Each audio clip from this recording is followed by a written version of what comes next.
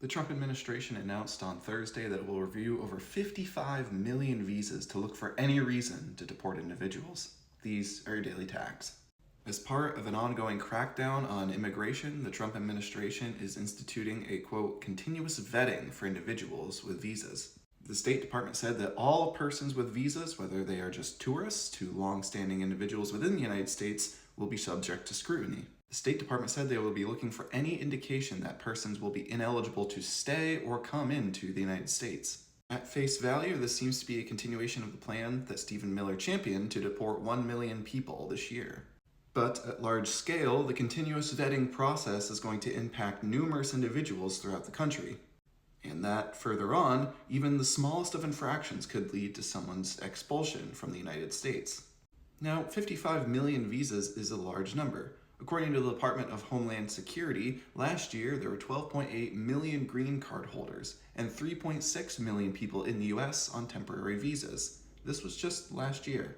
This means that the 55 million people under review, a great portion of them are already outside of the US. Some of them could be multiple tourist entry visa holders. Per the AP, quote, the State Department said it was looking for indicators of ineligibility, including people staying past the authorized time frame outlined in a visa, criminal activity, threats to public safety, engaging in any form of terrorist activity, or providing support to a terrorist organization. Now, the classifications as to how those terms are met are gray. It's not a stretch to say that someone who is, say, supporting Palestine might be associated with the group Hamas and then deported because of that. The through line there being support for Palestine equals support for Hamas, support of terrorist organization. But as any individual capable of critical thinking understands, there's a lot of nuance to that, and Hamas and Palestine are separate.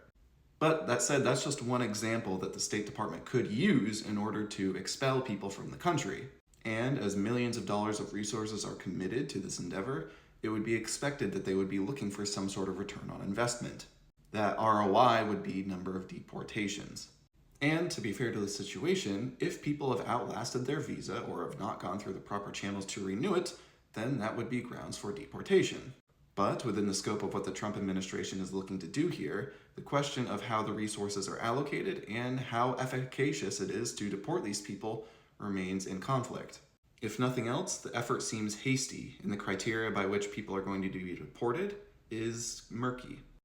We here at Daily Tax will keep you updated as the situation develops as best we can. In the meantime, be sure to like, share, and of course subscribe if you feel these messages are worth spreading.